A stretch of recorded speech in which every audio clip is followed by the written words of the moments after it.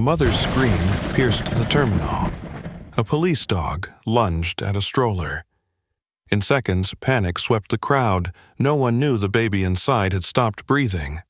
What looked like an attack was actually a life-saving act captured on video and seen by millions. But behind that viral clip was a deeper story of instinct loss and redemption. This is the journey of Titan the K9, once nearly dismissed, who ended up changing everything. If stories like this move you, don't forget to like and subscribe, because some heroes have 4 legs and their truth deserves to be heard. The arrival hall of Chicago O'Hare buzzed with the usual rhythm of a late spring morning. Wheels of suitcases thumping against tile floors. PA announcements echoing over the hum of voices and the soft shuffle of jet-lagged passengers pulling children toward customs. Officer Helen Carter stood still amidst the stream of bodies, her right hand firmly gripping the leash of her K9 partner Titan, a 6-year-old sable German shepherd whose discipline and loyalty had made him a standout in the TSA's detection unit. She scanned the crowd methodically, letting Titan sniff along the edges of passing bags as part of their routine patrol. Just as they approached the checkpoint near Terminal 3, Titan froze. Not in the alert posture Helen recognized from bomb detection drills, nor the twitchy tension of narcotic hits, but a full-bodied halt head tilted, slightly ears stiff. "Titan," she said under her breath. The dog ignored her. His eyes weren't on any bag, nor the distracted businessman he had been tracking seconds before. They were locked on something, someone behind them. Helen turned. Her hand instinctively checked her sidearm, a conditioned response to deviation. That's when she saw it. Near Gate 12, seated on one of the airport benches, was a young couple in their late 20s. The woman, clutching a water bottle and visibly anxious, kept glancing at her smartwatch. Beside her, a man tried to juggle a phone call and bounce a baby stroller with one foot. From inside that stroller came the unmistakable sound of a crying baby. But it wasn't just crying, it was erratic. Jerky, almost mechanical bursts of wailing like an engine sputtering. Titan let out a short bark and tugged left. Not hard, not aggressive, more like urgency, laced with confusion. Helen furrowed her brow. This wasn't a normal reaction. She tapped her radio. "Control Carter here. Possible behavioral deviation from K9. No threat detected yet. I'm going off patrol grid for a moment." The operator acknowledged with a flat, "Copy that," and Helen allowed Titan to lead. They approached the couple cautiously. The baby's crying became sharper as they neared. And now Helen could hear the strange cadence high-pitched for a moment, then suddenly silent, then back, almost like the child was gasping rather than crying. Titan stepped ahead, his nose twitching, pulling them straight to the stroller. "Excuse me," Helen began, badge clearly visible. "I'm Officer Carter with the TSA K9 unit. Is your baby all right?" The father looked up, startled. He's just hungry, we think. Long flight from Austin. We fed him an hour ago, but he's fussy." Helen nodded. "May I?" She motioned to the stroller, not wanting to alarm them. Titan's ears flattened and he gave a low, insistent whine. The mother tensed. "Is something wrong?" "I don't know yet," Helen said honestly. She knelt next to the stroller, Titan close beside her. She peered inside. The baby, a boy barely 6 months old, was red-faced, his mouth open, but there was a faint rattle in his throat. More concerning was the unnatural way his arms had gone still. His chest didn't rise with a steady rhythm.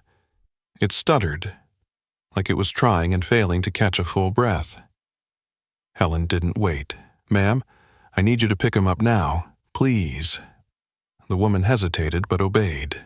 As she lifted her child, the baby gave a weak wheeze, then a frightening pause. No sound, no breath. Then a choking cough. The father stood up, dropping his phone. "What's happening?" Helen turned to her radio. "This is Carter. I need Med-Assist at Gate 12, infant respiratory distress, repeat medical emergency, infant not breathing normally." Titan was now whining, circling, then sitting still, eyes fixed on the baby's face as if watching every flicker of movement. A thin stream of drool had pooled at the baby's lips, and the mother's grip started to falter. Helen stepped an arms out. "Let me take him." The parents hesitated, then relented. Helen cradled the infant, tilted him slightly forward and tapped his back, then gently opened his mouth with a gloved finger. That's when she saw it. A faint shine of something lodged deep in his throat, a translucent obstruction small but deadly. Maybe part of a pacifier or teether. Titan barked once sharply, not in alarm but in urgency. Emergency medics arrived just as the baby gave another rattling gasp. Helen handed the child off her heart hammering. Titan pressed his head against her knee, a subtle grounding gesture she had never trained him to do, but one he always knew to offer when things got heavy. The baby oxygen mask in place was rushed away with both parents stumbling after. Helen stood there watching the stretcher disappear down the corridor, Titan still at her side. The moment Officer Helen Carter turned away from the stretcher, her ears still echoing with the hurried clatter of the EMT's wheels, she felt the leash in her hand jerk so hard it nearly dislocated her shoulder. "Titan," she barked instinctively, but the command didn't land. The German shepherd lunged not at the baby, not at any passerby, but at the mother, who had stepped a few feet back from the bench, her knees trembling, both palms pressed tightly against her mouth. In an instant, Titan was up on his hind legs, his front paws briefly pressing against the woman's thighs as he let out a deep, guttural growl, raw, deliberate, unrelenting. Helen's pulse kicked into overdrive. She yanked the leash hard, the practiced reflex of a handler taking back control, but Titan resisted with a kind of force that unsettled her more than it should have. He wasn't panicking. He was focused singularly, and his growl wasn't one of aggression, it was alarm. But the optics were bad. A K-9 officer appearing to threaten a civilian mother phones were already out. The crowd, which had momentarily scattered after the emergency, now hovered on the edge of chaos. Someone shouted, "He's attacking her." Another voice, young unsure, yelled, "Get that dog off her," but Titan didn't bite. He didn't snap. He nudged. Hard, with the repeated sharp thrusts of his muzzle pushing at the woman's knees and abdomen as if trying to make her move. Then, without warning, he leapt sideways and wedged himself between the woman and the baby stroller, now empty, and let out a deafening bark that silenced the entire terminal. Helen's training clicked in. She shouted, "Step back to the crowd, then to the woman, ma'am. Don't touch him." "Let me." But it was too late. The woman, sobbing now, reached out to calm the dog. "He's scaring me. Please, he's scaring me." Titan whipped his head around, teeth bared, not at her, but at something behind her. The woman stumbled backward. Titan pounced this time not at her body, but toward the stroller. He shoved it with his full weight, knocking it slightly off balance. A gasp escaped from a TSA officer nearby. Is that a doll?" someone muttered. "No," Helen said, her voice cold and clear. "It's not." She approached the stroller slowly, Titan pressed against her leg, still barking, but now in short, clipped bursts like a code he couldn't verbalize any other way. Helen knelt again. The tiny fleece blanket had slipped partially off during the chaos, revealing a swaddled infant, same size, same clothes as before, but eerily still. Too still. Her eyes scanned the baby's face, pale, lips faintly blue, chest no movement, no rise, no fall. She leaned closer. Nothing, no sound, no breath, not even the faint gurgle of a struggling airway. "Oh my God," she whispered, then louder, "I need a paramedic back now." She reached for the baby with a steadiness that betrayed the tornado of alarm building inside her. Titan let out another whimper, crouched low beside the stroller nose, nearly touching the baby's blanket. "He stopped crying," the mother said suddenly, her voice distant as if just realizing. "He was crying this whole time. He just stopped." Her words were hollow numb. The father, still pale, still holding the phone he had dropped earlier, took a slow step forward. "He was fine. He was just crying, that's all. I mean, babies cry, right?" Helen didn't respond. She had already begun light compressions, 2 fingers pushing gently but urgently on the tiny chest. The world around them dissolved, the crowd, the phones, the accusations. Just Titan, silent now, crouched like a soldier holding the line, and Helen trying to resuscitate a baby whose cries had vanished without anyone noticing. "Where are those medics?" she shouted, refusing to break rhythm. The father finally sprang to action, yelling down the concourse for help. But the mother, she just stood there paralyzed, repeating under her breath, "He was crying. He was crying. I didn't know. And then the sound. a faint wet wheeze like air passing through a soaked sponge. It was barely audible, but unmistakable. The baby's body twitched slightly, and Helen exhaled through clenched teeth. "There you go. Come on, come on." Titan let out a tiny high-pitched whine, his tail sweeping the floor once, then again. The infant gave another wheeze, then a cough, a tiny ragged burst of air that sprayed saliva and something else. A glistening fleck of plastic no bigger than a lentil ejected from his lips. A chill passed through Helen. She held the object in her glove, raised it to the light. Translucent curved. Possibly a piece of a pacifier or bottle tip. The medics arrived like a wave, pushing a new stretcher and oxygen equipment. Helen stepped back. Titan didn't move until she did. The baby was stabilized within seconds, his coloring already beginning to change. A pediatric specialist knelt beside the medic, giving instructions. Titan sat beside Helen, finally calm. His posture relaxed, but his eyes never leaving the infant. "Why did he do that?" the mother asked, her voice cracking. "Why did he go for me?" Helen didn't answer immediately. Instead, she knelt, reached down, and unclipped Titan's leash. He didn't bolt. He simply laid down beside her, breathing heavy but calm. She looked up at the mother. "He wasn't going for you. He was trying to tell us something was wrong, and no one was listening." She stood slowly, not even me. Behind them, someone whispered, "That dog just saved that baby's life." But Helen barely heard it. Her mind was still stuck on the way Titan had growled, not in rage or threat, but in pure urgency. Something primal, something that bypassed all protocol. She looked down at him. "What did you smell?" She whispered more to herself than to anyone else. Titan didn't answer, of course, but he stared straight ahead, his gaze locked on something no one else seemed to see. Attention still coiled in his muscles. And somewhere inside that stillness, inside the half-lit terminal now filled with murmurs and stifled relief, a new unease began to bloom. Not about the baby or the medics or even the panicked parents, but about what Titan had truly sensed, and why he hadn't moved on yet. The buzz of voices and the clatter of rolling luggage had returned to Terminal 3. But for Officer Helen Carter, everything still felt muted, suspended in that strange emotional airspace between crisis and comprehension. She stood a few feet back from the newly arrived paramedics, her arms crossed tightly, watching as the infant received oxygen through a pediatric mask. Titan sat obediently beside her, but she noticed that his ears still tilted forward, his eyes locked on the baby with an unnerving focus.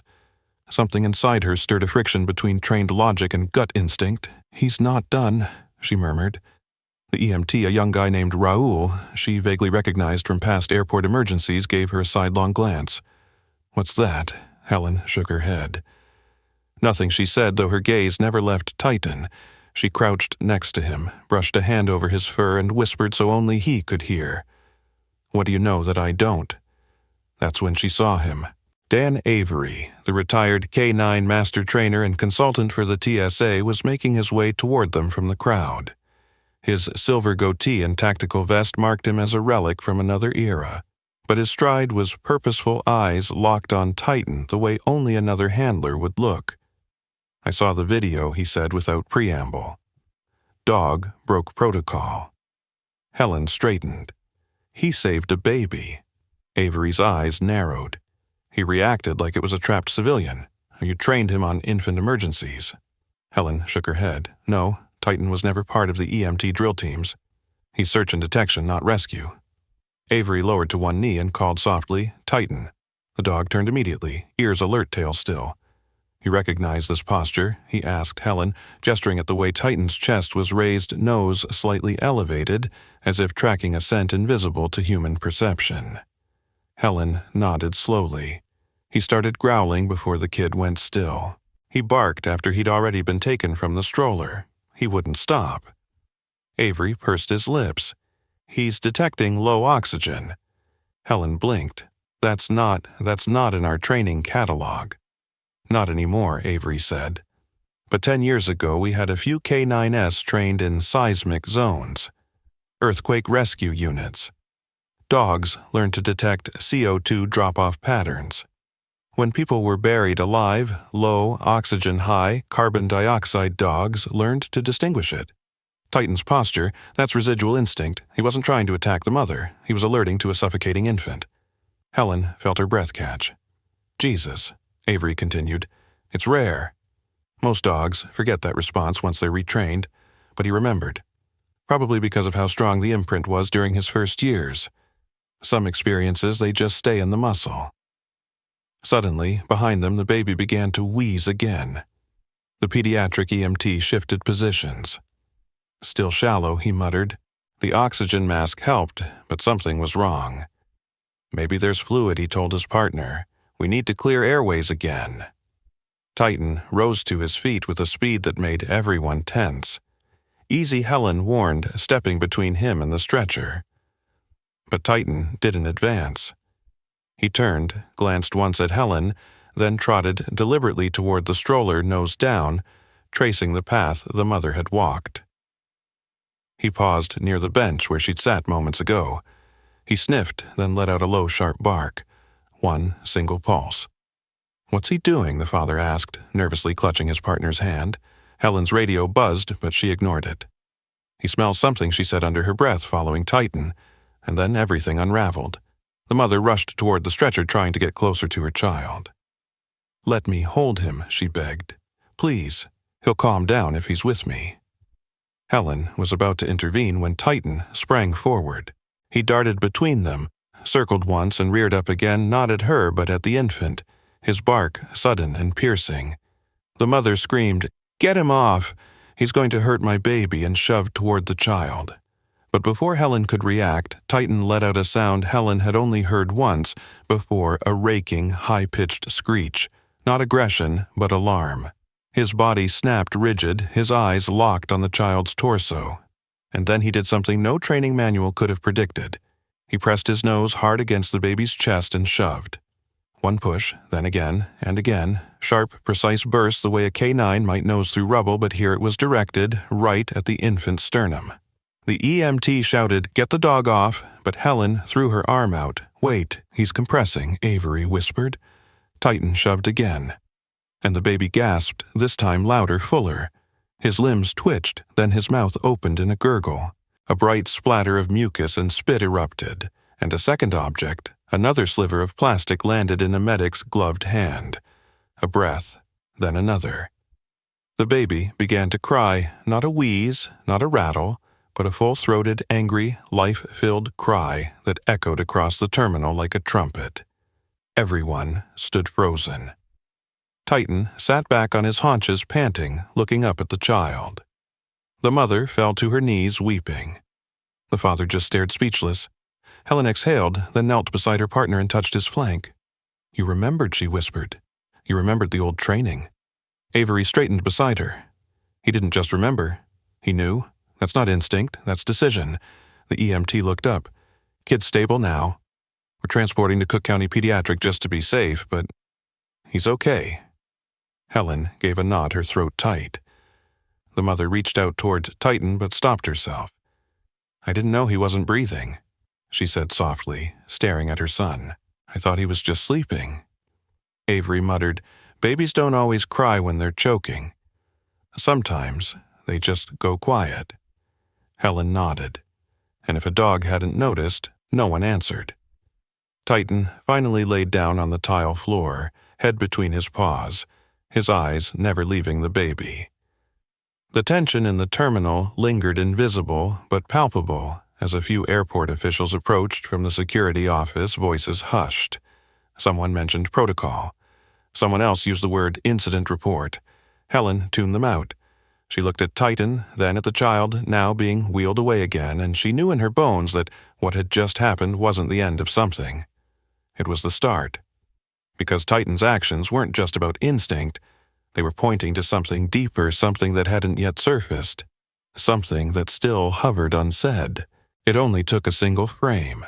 The video, shaky and vertical, started just after Titan lunged toward the stroller and began nosing the baby's chest. The screaming mother, the crying father, the startled medics frozen in disbelief. It was all captured in less than 15 seconds by a teenager with lime green headphones and a TikTok account named Jet-Lagged Jules. Her caption read, "WTF is this dog doing to a baby, or did dog attack baby?" And within minutes, it exploded. Notifications lit up screens from gate to gate. Travelers refreshed their feeds to see the drama unfold on their phones while standing feet away from the very scene it depicted. From a dozen angles, cameras recorded what they thought was an unfolding tragedy: a police dog losing control, a baby in danger, a mother pleading, officers hesitating. No context, just images. And noise. Officer Helen Carter wasn't aware of the post until her phone buzzed 3 times in her vest pocket. She didn't look. Her eyes were still on Titan, who lay quietly on the floor, exhausted but steady, and the baby now in the arms of the EMT, breathing easier with every passing second. Dan Avery, standing next to her, caught the shift in the crowd before she did. "They're turning," he said, voice low, scanning the growing ring of cell phones, and the voices sharpening around them. They don't understand what they saw. Helen finally looked up. A group of teenagers were pointing and whispering, their screens glowing. A mother with a stroller of her own pulled her child back, casting a wary eye at Titan. A man in a business suit was muttering into a phone, pacing, gesturing towards the commotion like he was filing a complaint. Somewhere in the chaos, a TSA supervisor's voice barked over the radio, "Unit 14, respond to K9 aggression in Terminal 3. Immediate backup needed, possible use of force authorized." Helen's heart dropped. "Shit," she whispered. From the far end of the concourse, a uniformed TSA officer was sprinting toward them. Taser already drawn, his eyes locked on Titan. Helen raised her hand instantly. "Stand down," she shouted. "He's under control." But the man didn't stop. His boots pounded against the tile floor, taser light flickering as his thumb hovered over the trigger. Titan didn't move. He didn't growl, didn't bark, just lifted his head slightly at the commotion, his ears flicking in recognition. Helen stepped between them. "Officer, holster your weapon. That dog just saved a life. He's not a threat." The man hesitated, clearly torn between protocol and the panic bleeding from the crowd behind him. I saw the clip he snapped, the baby, he lunged at it, and cleared its airway. Dan Avery interjected, stepping forward, ID badge visible. He detected airway obstruction and responded exactly how he was trained. "You tase him now. You're not just wrong, you're liable." Another voice cut through the standoff. "You're on live stream, by the way," a woman said, flatly holding up her phone as she filmed the confrontation. "So whatever you're about to do, make it count." The TSA officer's face twitched. He looked at Helen, then at Titan, then slowly lowered the taser and holstered it with a tight-clipped motion. "Keep that dog restrained," he muttered before backing off, swallowed by the gathering mass of gawkers. Helen exhaled slowly, the tension behind her eyes pounding like a drum. Avery leaned close. "It's going viral, Carter. This thing's going to be on every news outlet within the hour, and none of them are going to wait for facts." Helen glanced around, faces behind phones, whispers turning into assumptions, the baby's mother still crying, still too overwhelmed to speak. Titan remained motionless, sensing the weight in the air, his calm only deepening the misunderstanding. "We need to get out of here," Helen said, mostly to herself. "He's not safe in the open right now. Neither are you," Avery added. "But we can fix this if we move fast." The sound of a second wave of airport security approaching made Helen's stomach twist. She tapped her earpiece. "Dispatch, this is Officer Carter. I need immediate extraction for 1 K9 unit and handler to secure room C7. Medical emergency has stabilized, but crowd is escalating. Code yellow." The dispatcher's voice crackled through. "Copy that. Redirecting." She turned to Avery. "We'll go through the service tunnel." He nodded. As they moved, she kept a steady hand on Titan's collar. Passengers stared, parted, and filmed every step as if she and the dog were villains walking off a stage. A new alert buzzed on her phone. This one came with a name she recognized. The head of TSA Public Affairs had just tagged her in a chain. The tweet read, "Early reports of a K9 attacking an infant at O'Hare are deeply concerning. We are investigating this incident thoroughly and with urgency. Safety is our top priority. Dog attack, baby Helen cursed under her breath. They're already framing it, she said. Avery didn't respond. He was already pulling up his own contacts. I know a few people at the Chicago Tribune. They'll listen if we show them the medical report. You get me that I'll start the damage control. Behind them, the baby's father was speaking to one of the paramedics. He was breathing better after whatever that dog did, he said quietly, not yet ready to speak louder than the fear still clouding him. Helen looked back one last time. The infant was safe, but the dog who had saved him now surrounded by suspicion, misunderstanding, and millions of viewers who had only seen 10 seconds of a miracle. And 10 seconds in today's world was all it took to be condemned. They reached the security room, just as the murmurs outside had shifted from confusion to outrage, the phrase dog assault now rolling off lips like a confirmed fact, not a question. Helen Carter kept one hand on Titan's collar as she guided him through the narrow passage that ran behind Terminal 3, the same path used by service staff and emergency teams, while Dan Avery trailed closely behind, already dialing someone on his phone. Inside Secure Room C7, the fluorescent lights buzzed overhead, flickering slightly in the corners like they hadn't been changed in years. The room smelled like old coffee and disinfectant, and in the far corner sat a monitor station, 8 flat screens showing different camera angles from throughout the terminal. 2 airport security staffers were already there, a man and a woman, both startled by the sudden intrusion. "We need playback," Helen said, without waiting for introductions. "Gate 12, the last 30 minutes, and full audio if you have it." The male officer blinked. "We just saw the clips online. Was that real?" Avery stepped forward. "We're not here to talk TikTok, just roll the feed." The woman nodded and clicked rapidly at her console. The first footage came up a wide-angle view of the benches near Gate 12. Helen watched herself enter the frame, Titan at her side, both of them walking past family suitcases and airport chatter. They stopped at the baby stroller. Helen leaned in. Titan froze. Then it happened so fast she had missed it in real time, but unmistakable now. Titan's nose twitched, then locked onto the stroller. Not just interest intensity. He turned his head, glanced up at Helen, and barked once. Then again. The footage showed Helen's hesitation, the parents' confusion, and then Titan's sudden movement, stepping between the mother and the stroller, growling, nudging, and then finally lunging toward the infant. But now, as they watched the full arc, it became obvious. His movements weren't erratic. They were precise, focused. He wasn't lashing out, he was directing attention. He circled, backed up, barked again, then shoved his nose toward the baby's chest. "Zoom in," Avery said. The woman complied. On the enlarged footage, you could see at the moment Titan's body stiffened, his ears pricked, his head tilted. "That's the response," Avery whispered. "That's the oxygen detection reflex." Helen leaned closer, and no one saw it because it didn't look like a command cue. It looked like chaos. The screen jumped forward to the next clip. This one showed Titan nudging the mother aside again just before the infant began to seize. The camera, high above the concourse, caught the tiny movement barely perceptible, the baby's chest rising once, then stalling. And then, out of nowhere, the child's body jerked, mouth open in a silent gasp. In the video, Titan darted forward and began to nudge his head, moving rapidly as Helen tried to stabilize the situation. Then came the moment that no one on social media had shared, the baby convulsing slightly, and then in a blur ejecting a small pale object that bounced once on the blanket before rolling off the side of the stroller. The woman in the control room gasped. "Wait, was that?" Helen pointed. "Pause it." Frame by frame. The video slowed.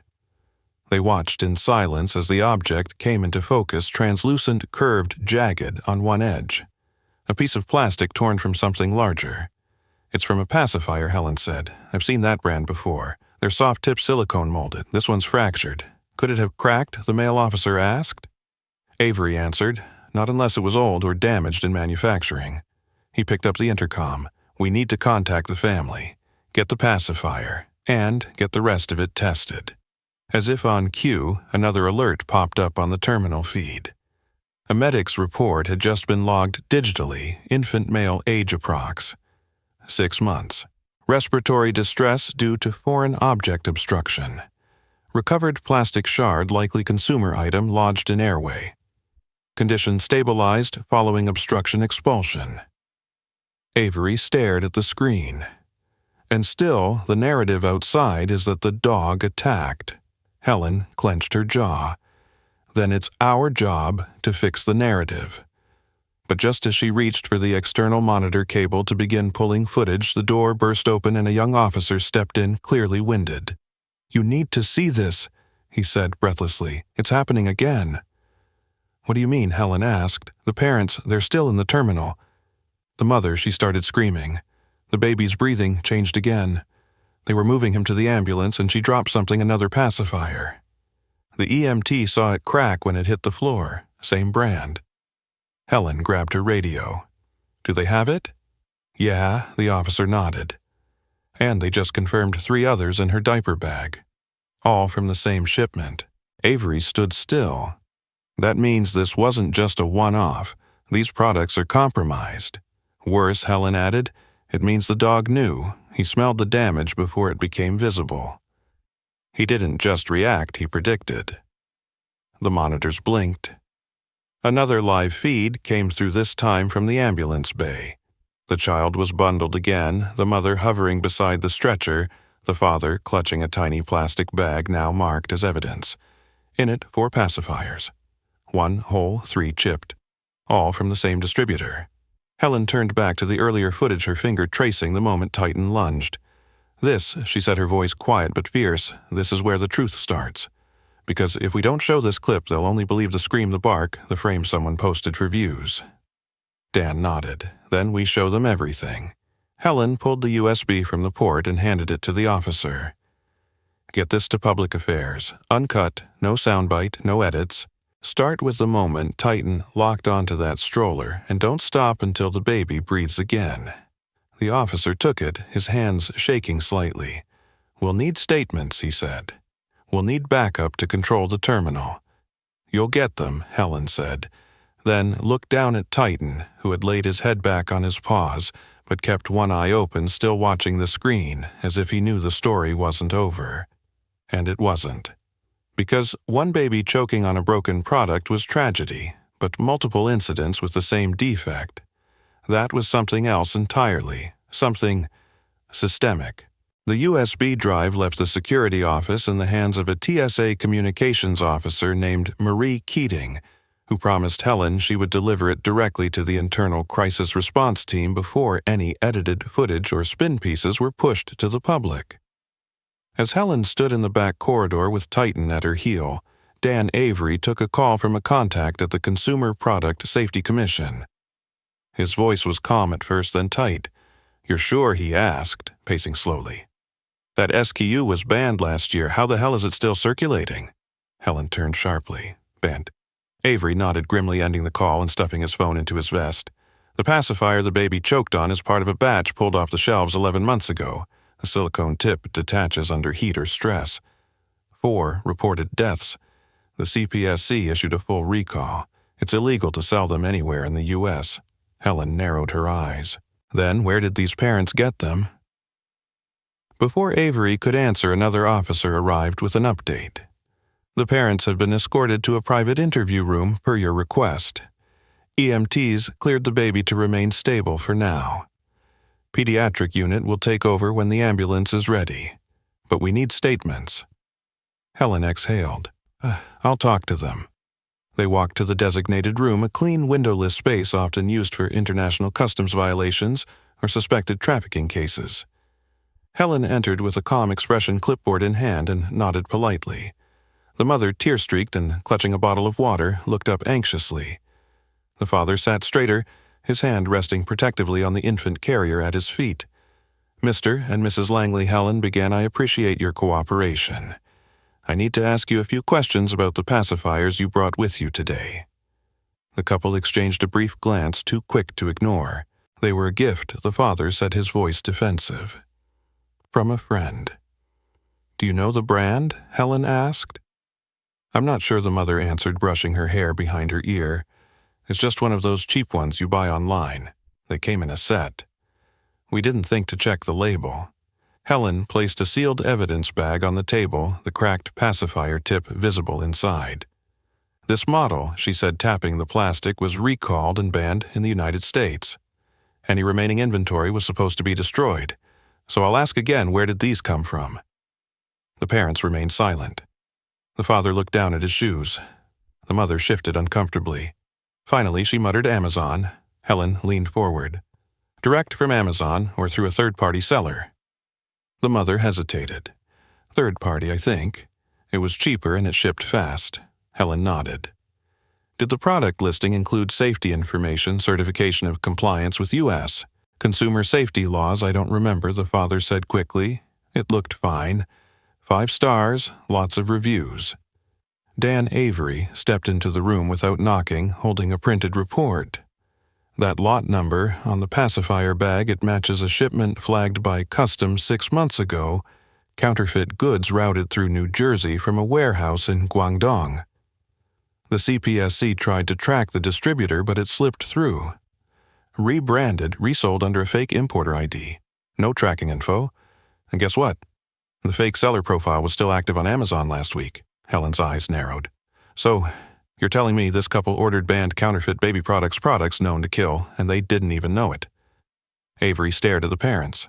Or maybe they did. Wait, the father blurted. You think we wanted this to happen?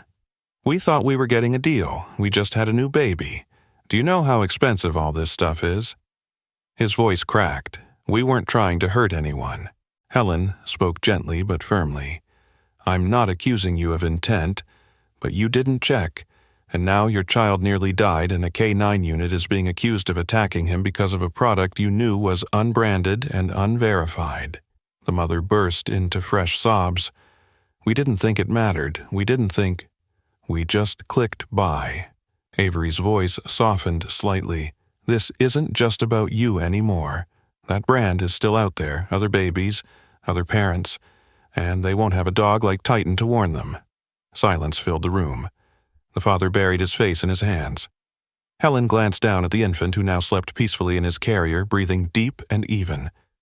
We need the order confirmation, she said. Email receipt, anything you have. We're going after the source. The couple nodded slowly. The father pulled out his phone, scrolling with trembling fingers. It was in our Amazon history. I can email it. Helen handed him a notepad. Write down the seller name, and if you can remember the search terms, we'll cross-reference them against the flagged listings. As the father complied, Helen stepped aside with Avery.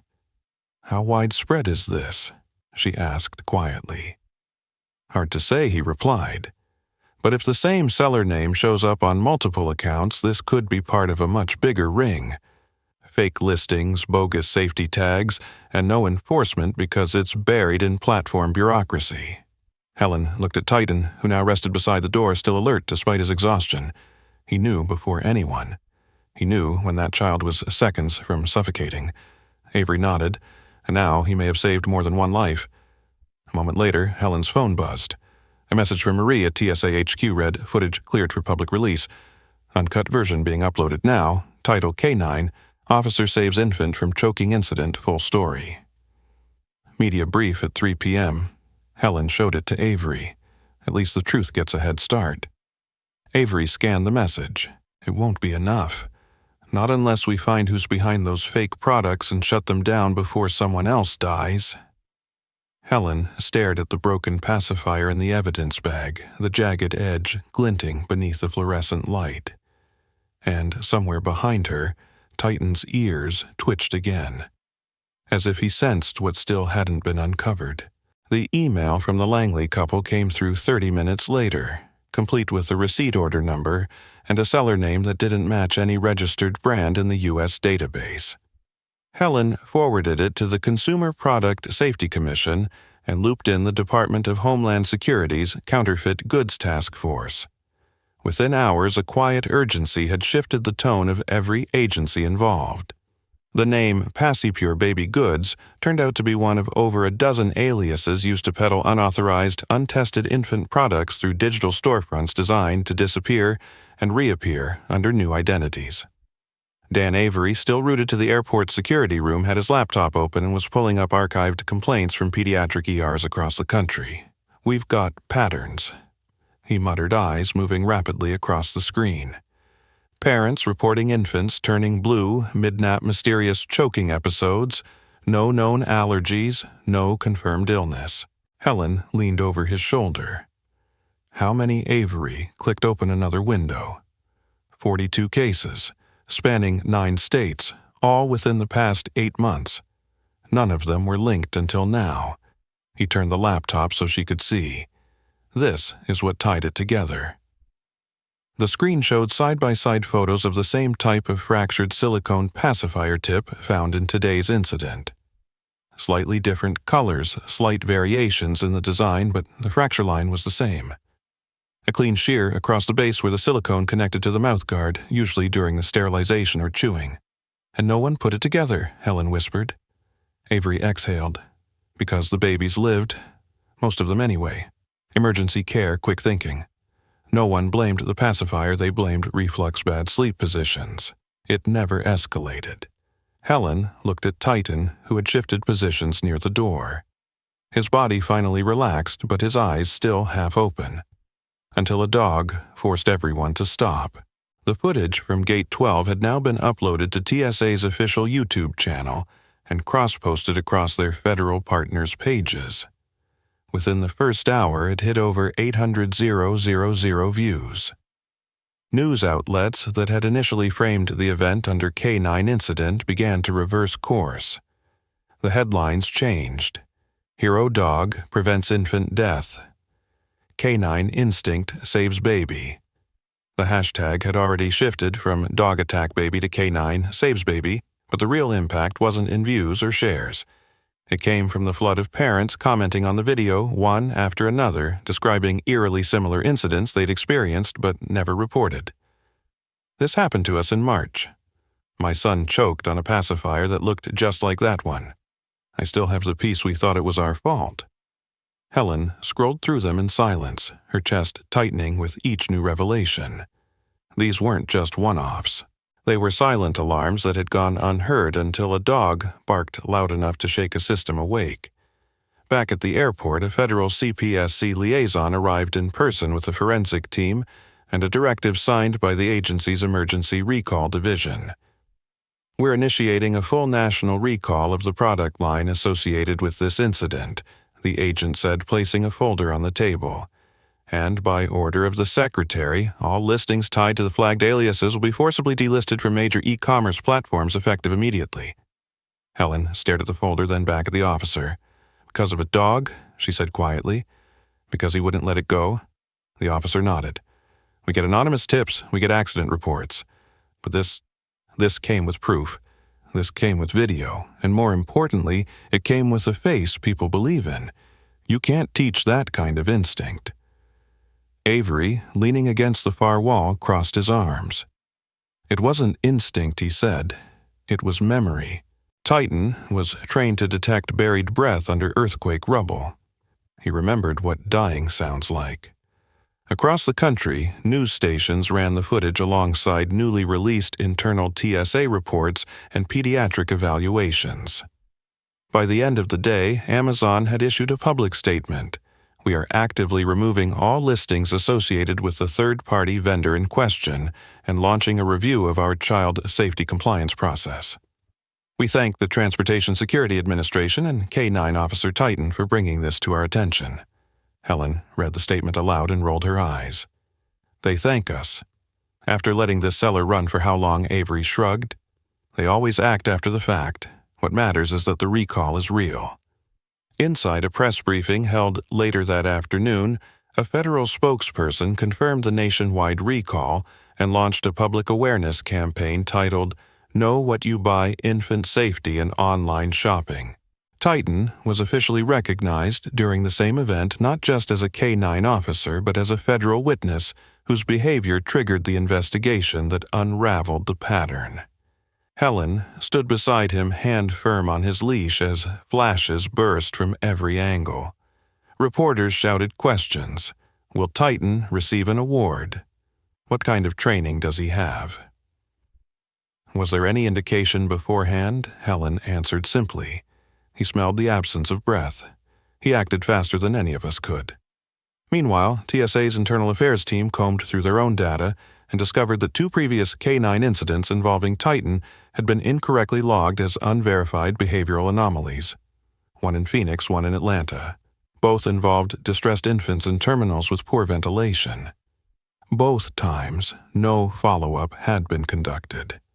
He's been warning us for months, Helen muttered, flipping through the incident summaries. We just didn't listen. Dan closed the folder beside her. Now we have no choice but to listen. The recall won't stop with pacifiers. It'll open a door into how much trust we put in invisible sellers and cheap solutions. Outside the security room, a camera crew waited for Helen to step forward with Titan for a final shot. She adjusted her uniform, checked his collar, and walked out slowly. He stayed close, moving like he knew something big had shifted not just in the building but in the air around them. As they posed for the frame, the sun piercing through the terminal windows like a spotlight, Helen whispered to him, "You didn't just save that baby. You saved all the ones we didn't see." And deep inside her something clicked, an understanding that the investigation wasn't winding down but just beginning. Because Titan had smelled the silence, and silence, it turned out, was full of stories. The media storm intensified as footage of Titan's intervention circulated through evening broadcasts and primetime specials repackaged with overlays, graphics, and dramatic voiceovers narrating every second of his actions at Gate 12. By sunrise the next morning, he had become a household name. Hero K9, the dog who saved a baby, 4 paws of justice. The headlines poured in from across the country.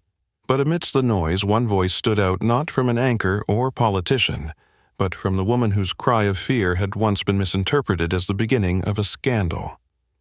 Her name was Madeline Langley, the baby's mother, and she requested a live segment on a local Chicago affiliate that had been among the first to run the hashtag #DogAttackBaby.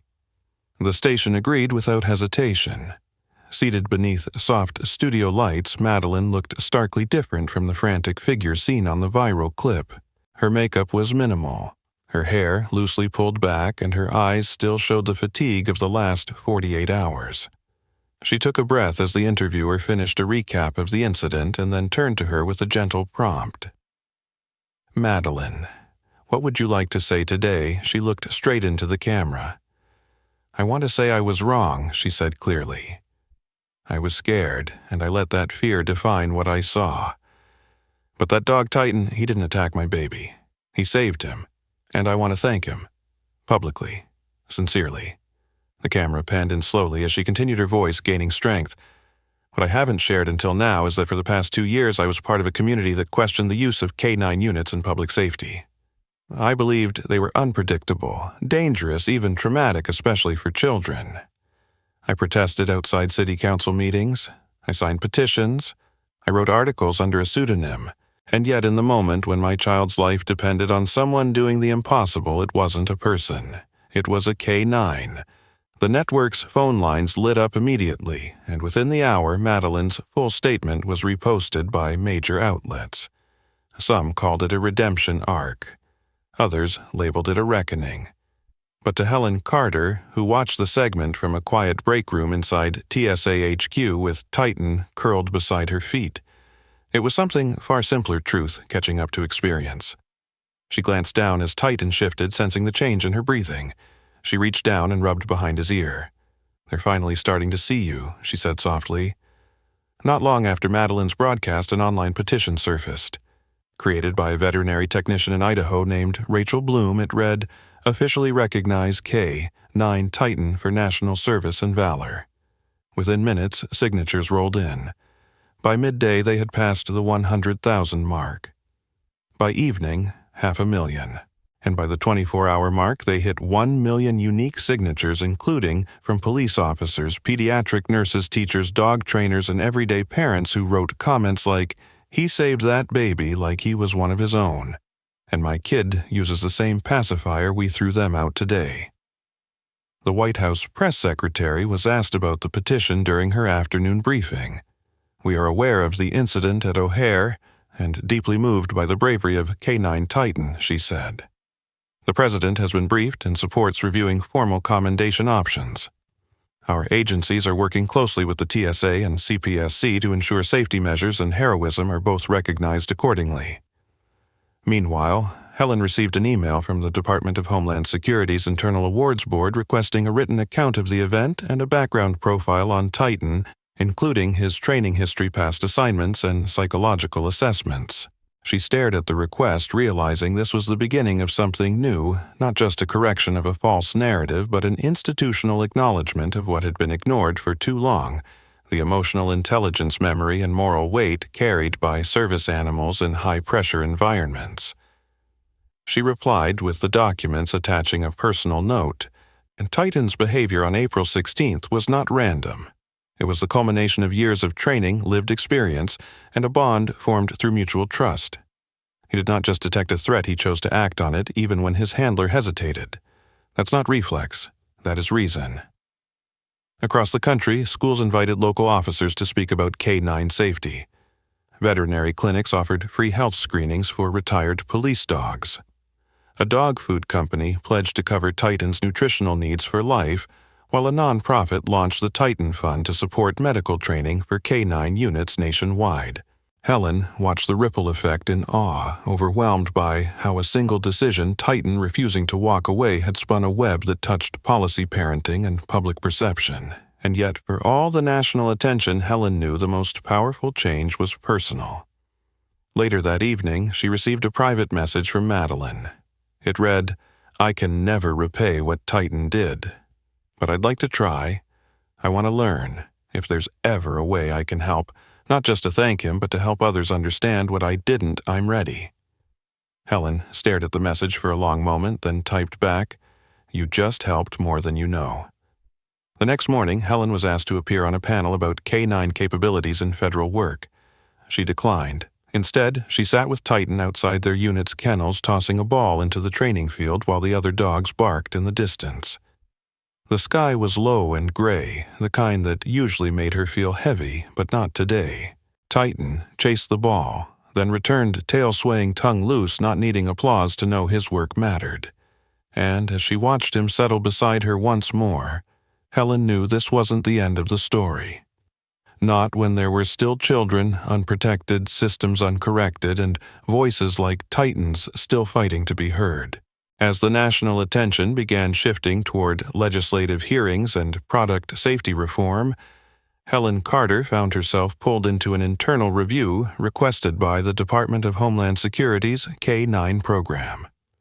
They wanted a formal behavioral evaluation of Titan, not just for commendation, but for archival classification training model revisions and future replication studies. She sat at a long table in a conference room deep inside TSA's K9 Operations Center in Arlington, Virginia, facing two evaluators and a digital projection of Titan's training file. At first, the file was what she expected: basic details about his early upbringing, his certification timeline, deployment history, but then one page made her sit back. Highlighted in red: reclassification recommended due to failure in narcotics scent simulation, multiple non-responsive sessions logged, suggested removal from active detection roster. Her breath caught. Why wasn't this followed through, one of the evaluators asked, flipping through the document. He failed 3 scent trials in a row. Standard policy suggests removal or reassignment. Helen looked at the line again. She'd never seen that note before. "Because someone fought it," she said slowly. The evaluator raised an eyebrow. "Who?" Helen tapped the name at the bottom of the memo, Trainer of Record. Captain Evan Harlan. The name echoed like a thread pulled from deep memory. She had met Harlan once briefly during her onboarding in Dallas 5 years ago. A quiet man, not particularly warm, but with the kind of intensity that didn't need volume. He'd been in charge of a K9 class that Titan graduated from, barely it seemed. She opened her contacts and searched. His name was still there with a number she had never dialed.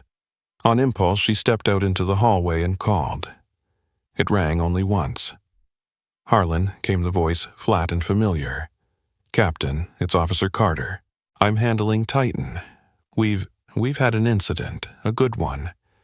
He saved a baby at O'Hare. It's going national. A pause. Then quieter, I heard. Helen pressed. I'm looking at his training file. He should have been cut, but someone stopped it.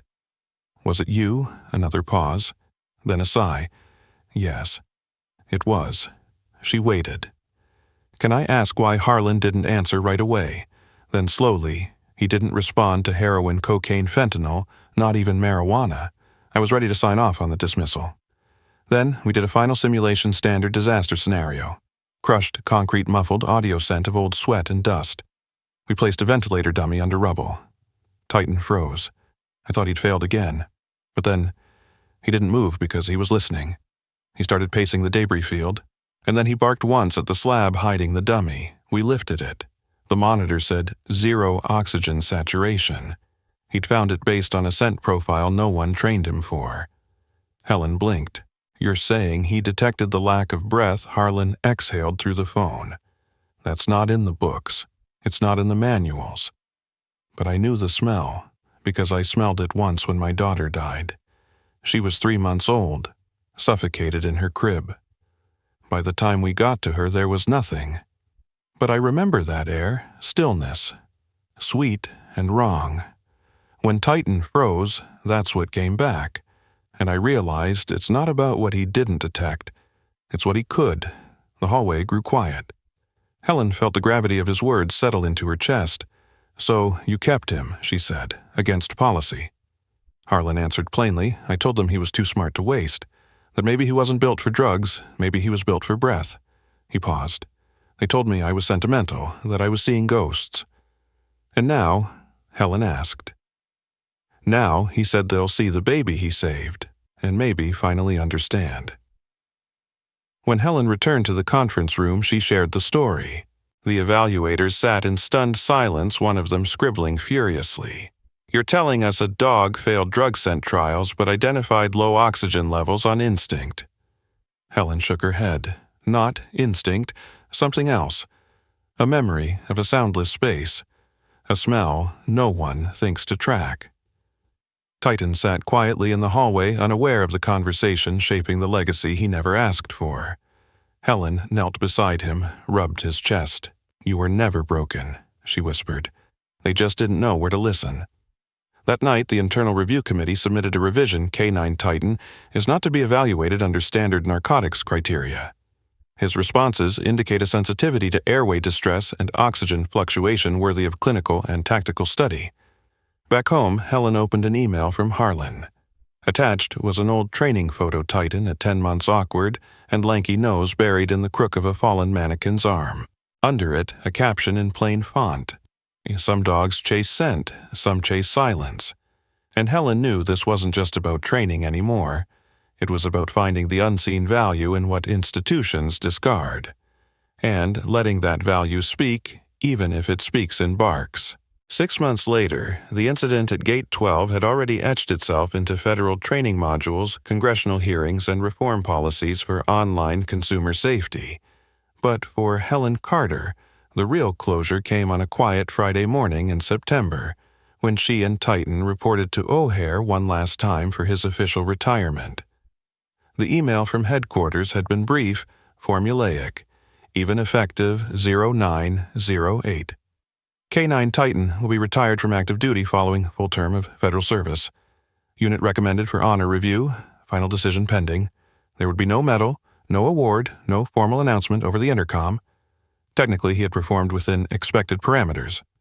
Technically, he had just done his job. Helen wasn't surprised. Institutions prefer heroism that fits their scripts. But as she led Titan through Terminal 3 wearing his final uniform, no detection gear, just a simple blue vest embroidered with the words K9 Unit Retired, she noticed something else. The hush. It wasn't a lack of activity. The airport was full as always, with travelers rushing announcements buzzing and wheels clicking against tile. But the people noticed. From coffee stands, from security lines, from gates where the footage had first gone viral, people stopped. Some reached for their phones. Others simply stood. And then, as Titan passed the central concourse, one child placed her hand on her mother's arm and whispered, "That's him." The first clap came from a gate agent who recognized the moment. It was soft, respectful. Then another joined, and another, until the air was filled not with noise but with rhythm hands meeting palms, in reverence, a quiet ovation that built not from command but from memory. Titan didn't pause. He walked straight-tail low, steps steady. But Helen felt his body lift slightly with the sound like he knew the meaning. Not ceremony, not reward, but recognition. At the edge of the concourse stood the Langley family. Madeline held her daughter in her arms, now a thriving 1-year-old with bright eyes and a small pink clip in her hair. Her husband stood beside her, hand resting gently on her shoulder. And when Titan approached, the little girl leaned forward without hesitation, reaching toward the dog who had once shoved life back into her lungs. Titan stopped. He looked up at Helen for permission. She nodded. He stepped forward, nose brushing the girl's leg, then sat down calmly, as if this was what he had always been meant to do. After the applause faded, the paperwork came: final clearance, microchip registry updates, pension transfer for medical coverage. Titan would live out his days not in a kennel or officer's home, but with the family he had unknowingly bonded himself to on a day marked by chaos and grace. The Langleys had filed the adoption forms weeks prior. Helen had visited their home, seen the yard, the quiet room they had prepared for him. Madeline had even joined a local working dog support group determined to advocate for better post-service care. She didn't speak about her activism anymore. She let her actions speak instead. Helen stayed until Titan's leash changed hands. She crouched beside him, resting her forehead against his. "You were never mine," she whispered. "You were always more than a badge." Titan blinked slowly, then nudged her hand once before turning toward the Langleys, who welcomed him with soft words and open arms. He climbed into the back seat of their car like he had done it 100 times before. The door shut. The car rolled away. Helen remained in the terminal a while longer, sitting alone at the bench near Gate 12, watching people pass. No one recognized her now. The badge on her hip said little about what had happened months earlier. But the echoes were still there. The bark that had changed a baby's fate, the silence that followed the truth that unraveled. She pulled out her phone one last time and opened the original footage. Not the viral clip, but the full security feed, the one that began long before the first shout, before the first gasp.